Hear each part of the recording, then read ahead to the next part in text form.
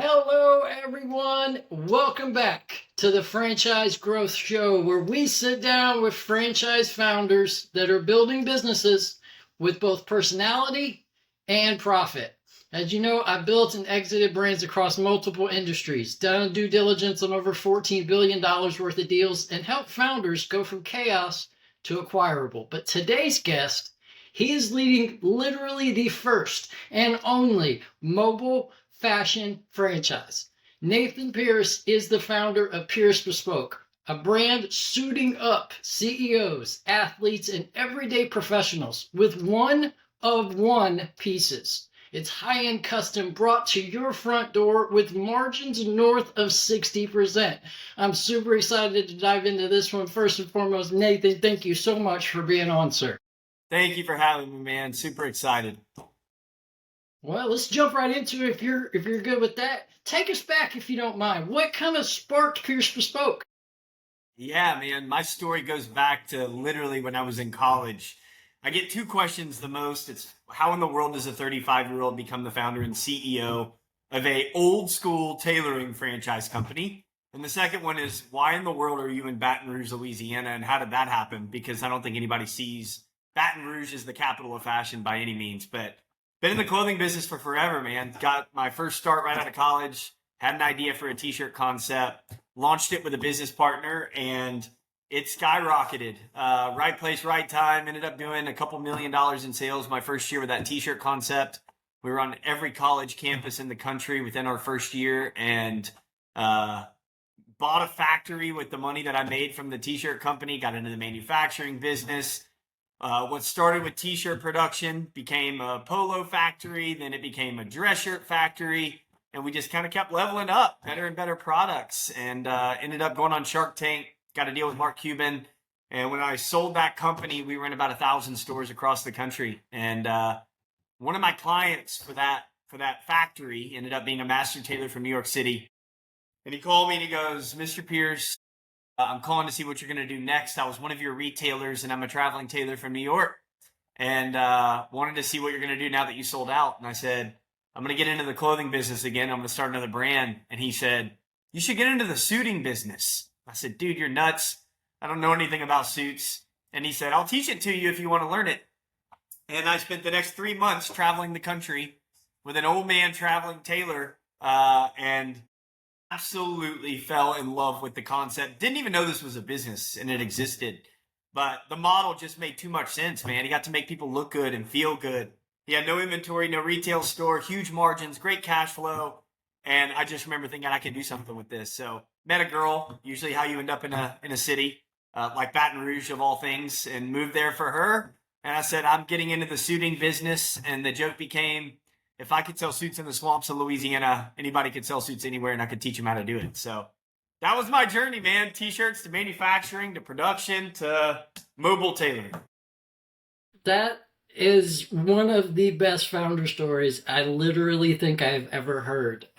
T-shirt to quite literally the first and only mobile fashion franchise is a growth scale that is almost not able to be put into words. That's simply fantastic. Was franchising part of your original play, or were you going corporate and pivoted to franchising at some point? Yeah, it wasn't. So it actually just started as how can I execute? How can I make clients happy? And how can I scale? And the more that I looked at it, it started with, be the owner operator model that we offer today. And the owner operator model is we look for salespeople that look the part. And my joke is Farmer Joe could be the greatest salesman of all time, but if he shows up in overalls trying to sell custom clothing, he's not going to get very far. So I would literally hang out in places of wealth, cigar lounges, whiskey lounges, high-end hotels, happy hours, and people would go, "Man, I love that jacket. Where'd you get it?" And I'd say, "I made it. What's your schedule?" And I'd set up an appointment and sell them. So a funny thing happened. My wife wanted to go on a vacation. I was slinging custom clothing in Baton Rouge. And after about a year of it, she wanted to go on a vacation. So day 3 of this week-long vacation, I remember thinking, oh shit, we don't have any money coming in. And it was because I was the only revenue stream. I was selling suits. I was the salesman. And it hit me really quick. It wasn't scalable if it was just me doing all the sales. So as soon as I got home, I ended up deciding that I needed to bring on some help and hire sales reps which is a part of our model today. It's a semi-absentee model that we offer. And it's where the owner of the franchise is no longer the one doing all the sales and networking and events.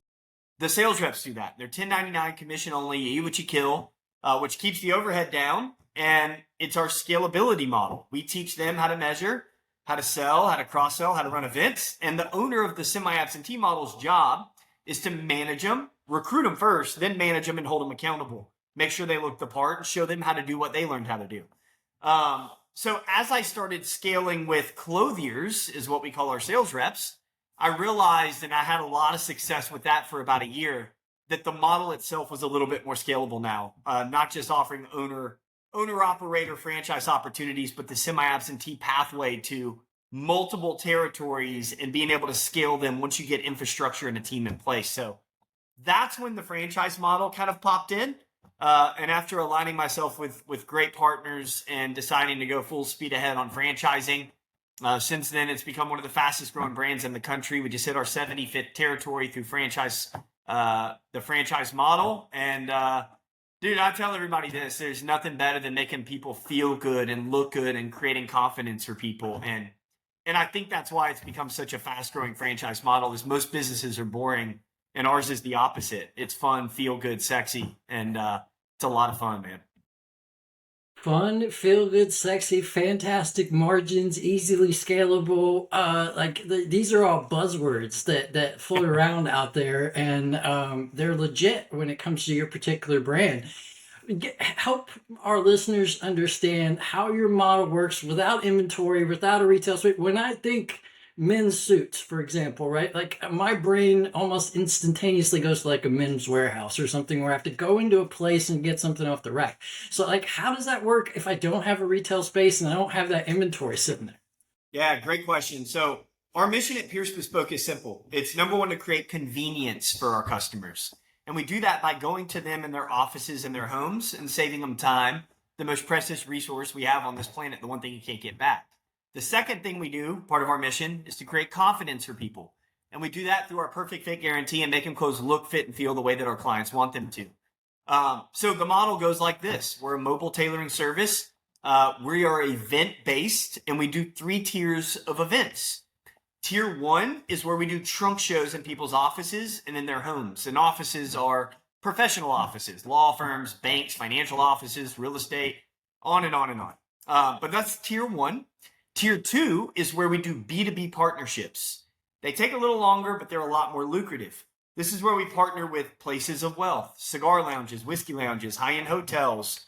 We also do B2B partnerships with casinos, country clubs. We do them with car dealerships. I mean, it's really sky's the limit. These are a lot more lucrative. We do NIL deals with universities, so we fit the LSU football team, baseball team, basketball team. We actually have about 20 D1 partnerships across the country right now. Casinos, we do high roller VIP room fittings, where we have casinos that buy suits and sport coats for the high rollers. We come in, we fit them up, it adds value to them. And then we do weddings. Weddings are huge for us. So we do wedding partnerships, referral programs with wedding planners, florists, bridal boutiques, alteration shops, on and on. But they essentially hook us up with brides. We do events with the groomsmen parties, and then we fit them up for their dream wedding. The tier 3 is going to be your conventions, expo, conferences. And we basically capture foot traffic from summits of different professional industries like real estate and insurance. And then we grab that foot traffic, we raffle off suits and sport coats, and then we follow up with those leads after the event. But those are our major 3 lead sources and how we get our customers. I love that lead generation source coming from multiple different streams. That's fantastic. And another super cool thing, in my opinion, about your particular brand is the products carry north of 60% margins, and the franchisees collect 100% of that payment up front. What are those like key numbers that a potential franchisee would need to know about revenue potential, cost to launch, payback period, things of that nature? Yeah, great question. So our average ticket on a garment is about $1,800. So to your point, our average gross margins are a little over 60%, and that's after, royalties and COGS and everything else that's built in, brand fund. But to your point, all of our clients pay 100% up front. You're not chasing people around for money. So there's not a lot receivables on the books for your franchise, which makes it a great cash flowing business. at the end of the day. But look, the way we built our sales process, part of the system, and because we execute like 99% of our appointments convert to a sale. And part of the reason for that is the pre-qualification call before the appointment ever goes down. And it's where we just want to get a feel for what's the client interested in? Do they have something in mind? What's the event? What's the occasion? Where have they bought in the past? And by asking some of those questions and getting a feel for your client and what they're interested in, you know, going into that appointment long beforehand that they're ready to pull the trigger so that our clothiers and our franchise owners aren't wasting their time. That's freaking phenomenal. North of 90% conversion rate is darn near unheard of in any kind of sales industry. We've both been doing sales a long time. That is a conversion rate that people would pay for. So, and obviously they are. What are some of those early systems that you had to lock in to go from you running the business and going on vacation and things kind of not really moving to now a franchisable model? Yeah, great question. So I think first and foremost, dude, it's about learning the business in order to teach the business. So what we highly encourage is our owners get hands-on, at least in the beginning, so that they know what fitting a client is like. They know how to measure. They know what the obstacles they're going to have to overcome are and issues within the business. It's hard to teach somebody something if you don't live it, if you haven't tried it, if you don't do it. And then it becomes a lot more trainable and attainable for you to execute a scalable model with. So we want our owners to, at least in the beginning, get in the weeds a little bit, get a feel for it so you can teach your clothiers and be a little bit more hands-on later as you start building your team and scaling. So that's one. I think the second is being able to hold your team accountable as you build them. So our owners, when you start scaling, you have a few roles and responsibilities that are very important. Number one is recruitment. Like if you're not excited about your business, how in the hell are you going to get somebody else to come work for you? So you got to have a little energy and excitement about your business and what there is to offer. I think the second is once you get them and you sell them on why they should come work for you, it's being able to hold them accountable. And one of the ways that we want our owners to do that is to figure out what their dreams are and their goals are and build trust with your clothiers. And by doing this, it leads to them being able to come to you with issues and you being able to help them out with opportunities. So you got to be able to add value to your clothiers. And part of that is just good leadership is how can I help them be successful? And then we have a very simple scorecard system. So for the scalable model to be able to hold your team accountable to what those goals are that they told you they would be. It's how many leads do you have? How many appointments do you have? What were your sales? How many events do you have on the books? And how many 5-star reviews do you have? And by tracking those very simple metrics every single day, you get a heartbeat of your business and you can actually help them go execute. And if they're off track, you can help them get back on track pretty quickly before things go south and you lose a whole week of revenue. I absolutely love it. I took so many things. I'm taking mental notes right now, and thank goodness this thing is being recorded so I can go back and listen to what you just said because I took some nuggets away from that. Accountability is absolutely 100% on board that is one of the most important metrics, and you got to have very specific KPIs that you're driving towards in order to hold that team accountable, but you have to set them up for success. Does an individual in that clothier role, do they need to have a fashion background? And if not, how do you help develop them to be somebody who's got the energy that Nathan Pearce has got? I don't know if anyone has the energy that Nathan Pearce has got, but no, you don't necessarily need a fashion background. I think what it really boils down to is, and this is what I look for when I hire clothiers for my own franchise locations. Number one, do they look the part? And look the part doesn't mean you're a fashion model. It just means you look clean, you know how to dress, you're professional, you're put together. So that's number one. Because again, Farmer Joe could be the greatest salesman of all time, but if he's in overalls and he looks scruffy, he's not going to get very far. The second thing I look for is something I can't teach. And it's, are they hungry? Are they motivated? Are they ready to jump out of bed and go to work every day? And if the answer is no, again, we're mobile. So no one's coming to knock on your door and go, excuse me, sir, can I spend $15,000 on suits with you today? It ain't going to happen. You got to get out and meet people. So I look for people that are hungry. And if you're hungry, I can teach you the rest. I can teach you how to measure. I can teach you styling and terminology. But I need those two things in order to bring on a rock star. I love it. I love it. So I know we've gotten a tad into the weeds of what that owner operator or semi absentee model looks like, but if we could rewind just a hair for a moment, when was that time period when your role shifted from the operator and going on vacation to franchisor? And what was maybe one or two of the things that was maybe most difficult for you to let go of, and how do you stay focused now? Yeah, it's a great question. So the shift for me was putting my attention into making sure that my franchisees are as successful as possible. And I think one of the growing pains and the hard part about that is we can't do everything for them. At some point, your franchise owners, they have to learn how to do it themselves. And we try to over support all of our owners by being on standby if they need us. So part of it is on the support side. Part of it is on the coaching side, on where are you off track? How can we help get you back on track? But at some point, owners do have to be self-reliant. We can still support you, but you got to be able to go do the things yourself.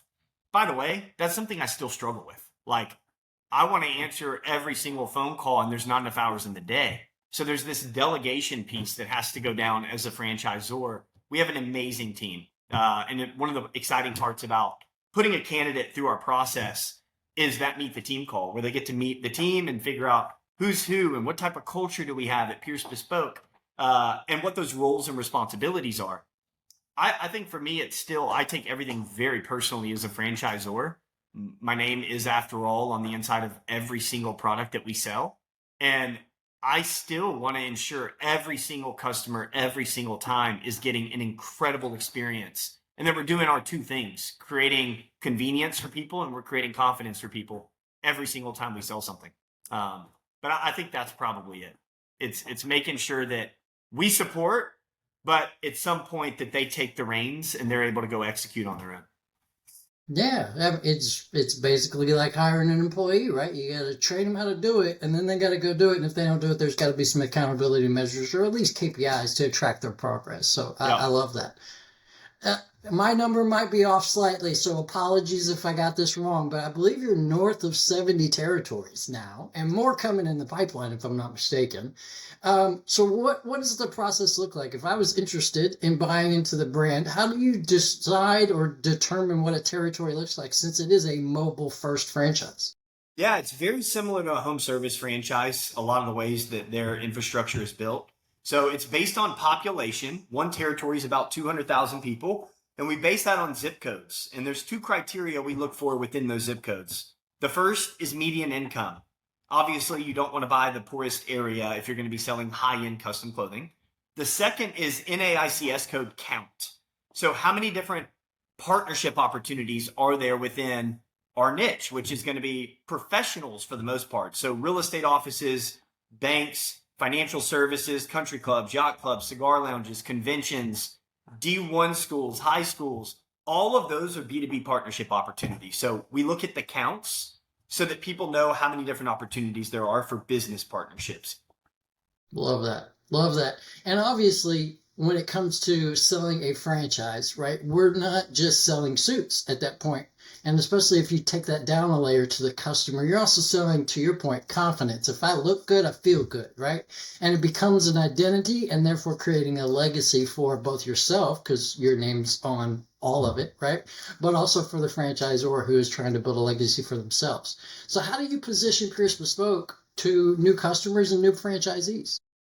Yeah, I think the first thing is, and there's a few different criteria here, but I like to use the example of, there's a lot of tailors that come in overseas and they fit people at an event once a year and then they go back home. We take those clients left and right. One of the biggest reasons is customer service. So for us, it's a white glove tailoring service. So if your suits don't fit and you lose 10 pounds, you text your clothier, they come, they pick up your garment, they alter it, they bring it back to you.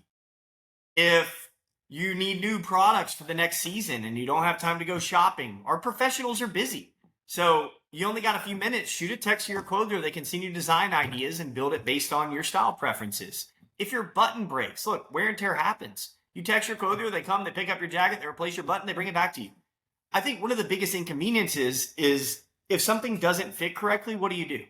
Well, if you bought it online, you got to ship it back. And then they fix it or they remake it and then they ship it back again. And there's this lag. There's no customer service. The other option is you go to your local tailor and you fix it yourself. Neither one of those options is very convenient, by the way. In fact, both of them suck. With Pearce Bespoke, and the more we scale, the more customer service clothiers there are that are out there that can make sure we're delivering that white glove service to save people time and create confidence for people. Just, that blew my mind right there. I literally went like that because that blew my mind. That's freaking fantastic. Having worked inside private equity and done due diligence on a gazillion amount of deals, I can tell from the outside, and also I've had the opportunity to review your FDD in the past. You're building a business that's asset light, event driven, extremely margin rich, right? So hypothetically, let's say a PE firm came knocking. What do you think they would value your franchise brand on the most? I think the big thing right now is we're lean, right? So our franchise owners, they don't have a lot of overhead, which is awesome and very risk adverse. Our margins are fat. The cash flow is great. These are all things that are very exciting for private equity or anybody else that's out there when they're evaluating a business. For us right now, and just to make things clear, it's not on the table. We have a long way to go, and our target is 1,000 locations in North America. And we have the opportunity to get there. We have the team that can get us there. We have the concept and the ideas to get us there. But I think there is a million different reasons that Pearce Bespoke should be on somebody's radar. I 1,000% agree with that. And scaling towards 1,000 territories, just curiosity, you got a timeline set for that when you want to achieve that mark? Our target is in the next 5 years. That is substantial growth. I can't do the math that fast in my head, but that's a lot is a percentage that I'm going to throw out there. That's fantastic. So if we could, let's pivot to like kind of some founder fast takes. Are you cool with that? Yeah, let's do it. So obviously going from a founder creating a business and then turning it into a franchise, in your opinion, what is like the most common myth about franchising that you have had to break yourself? That full-on absentee franchising exists. I think that at the end of the day, how in the world can you run a successful business if you don't try to run a successful business? You have to at least learn the business. You have to at least know something about the business, and you have to put a little bit of effort into that business. Now, I'm not saying you can't get more hands off as you go, but the lift is absolutely in the beginning, and that's for any business. It's not just Pearce Bespoke. You got to build it. You got to build culture. You got to build your team, and you have to invest in your team, time, energy, and resources in order to be successful. So I think that's probably a big one right now. I love that. And I can tell you got an uber amount of passion. And you said it yourself. You don't know anybody else that has the level of energy you do. And I'm going to use the terminology hustler because that gets thrown out a lot. What is a mindset shift that has helped you go from still being the hustler, but now being a legacy builder? One thing I try to instill, and this is the first one off the top of my head. One thing I try to instill in everyone around me, my team, my clothiers that work for me in my franchises, candidates, as we're going through the sales process, is don't be a victim. And the reason that's such a big deal to me is because there's two types of mindsets. There's the victim mindset where it's woe is me. How can this happen to me? I can't believe this is happening. And the other one is a winning mindset. It's taking ownership and responsibility. Hold on. Can you still hear me okay? My AirPods took over. There we go. Awesome.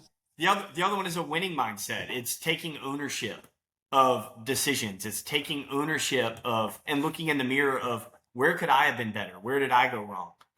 I don't know what it is, dude, but like I can spot it pretty quickly. And it's people that are victims usually have a very hard time making it very far. Victims. I want people that take ownership. So I think that's probably a big one. In building culture, you can't have victims on your team. Love that. And you're building a culture that has just as many hustlers out there and less victims. So I absolutely love that. So you brought up like kind of hindsight 2020 type mentality of if you could do things again. So with that in mind, like if you could go backwards in time, start Pearce Bespoke over again, same idea, same concept, same budget, is there anything that you would do differently now, knowing what you know today, or would you do it exactly the same? The reason I would say I would do it the exact same is because I think the things that you go through when you're building a company, and I've built multiple at this point, are very important lessons along the way. And I think in order for you to be successful, you got to know when to pivot and you've got to know when to stay on course. And it's a very hard balancing act for a lot of people that's out there. So no, I really wouldn't change a thing because there's been a lot of lessons learned, not only since founding Pearce Bespoke and launching the franchise company, but even the beginning, since launching my first t-shirt concept that I ever launched. And it's crazy that everything from those early days has got us as a team and me where we are today. So I wouldn't do anything different, man. I would do it the exact same way. And I don't think that losses are true losses. I just think they're experiences that you learn from that you can spin into the next thing that you do. Whether that's another company or whether that's another hire or whether that's another franchisee that you're onboarding, but you take from it and you implement it and you learn from it. And more people, you learn from your losses, you learn from your failures. You don't necessarily learn from your wins. And I think that's my take on it. I wouldn't change it. I love that. I love that. And that's a fantastic mindset. There is no such thing as a mistake. There's only such thing as a learning lesson. So that's amazing. I know I've literally had candidates of mine reach out to me confirming this particular live event that we're having because they were interested in your brand more than anyone else that I presented to them. So what have we not covered that you would love to share with someone who is even considering franchising and considering Pearce Bespoke? 30-second elevator pitch, like whatever you want to call it, right? To get them to understand that this is literally the hottest franchise and now is the time to get in. We've covered the reasons it's the hottest franchise. A couple of things that we haven't touched on. Number one, if they haven't Googled us or looked us up, we fit some of the most famous people on earth. And it's a long list of celebrity and VIP clients. And the reason I bring that up is they could choose from tailors anywhere in the world. And they chose Pearce Bespoke for the service and the quality and the pricing. They wouldn't be wearing it if they didn't want to. There's a lot of choices out there. So that's pretty freaking cool. And I encourage you to go look it up, do some research. But there's a long list of high-end celebrities that we're very proud to have clients. The second that I don't think it's mentioned enough that I'm probably more proud of than anything else in the company is our charity campaign, For Good Measure. And it's where we basically every single month we select a new nominee and we tell their story. And it could be a military veteran coming back and trying to get acclimated into the workforce and they need to go do job interviews. We've done someone that lost everything in a house fire. We've done a guy that had a motorcycle accident and was paralyzed from the chest down and he's in recovery and learning to walk again and he's going to be a motivational speaker. These are the coolest freaking opportunities for us to tell their story and give back a little bit. Because my theory is, look, some people just deserve to catch a break in life and we can bless them with a custom wardrobe. Some people, they need an opportunity. They need to be able to look the part so that they can go get that dream job or they can get that interview or they can get acclimated back into the workforce. So For Good Measure is our charity. And once a month we nominate somebody, we tell their story and we give back to them. And I think that is by far the thing that I'm most excited about right now that we have going on at Pearce Bespoke. I freaking love that. The give back piece. I couldn't possibly explain how much that touches me because there's been pieces of my life cycle in which I was in that place, right? And I'm sure most of us on planet Earth has been in that similar position, maybe not an accident or a military veteran, although there's plenty of people out there like that. But we've all been in a position where we needed someone else to help us. And if that individual didn't help us, we wouldn't be where we are today. So kudos to you and the brand for doing that and making that such a high level priority for your team. Nathan, this was fire, dude.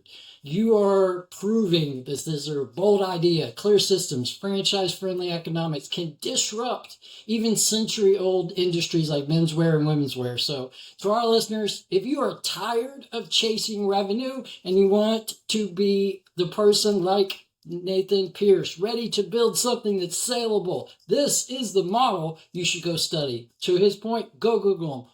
Check out those celebrity clients. Check out their giving campaign, their charitable donations, and everything that they do to support their franchises, because this literally is one of the franchises that is about to blow up. Nathan, thank you so much for being on. I know you're a busy dude. We sincerely appreciate you taking time for us today. Appreciate you, Joe. Thanks so much, man. Thank y'all. Please shout out, everybody. Have a great rest of your day.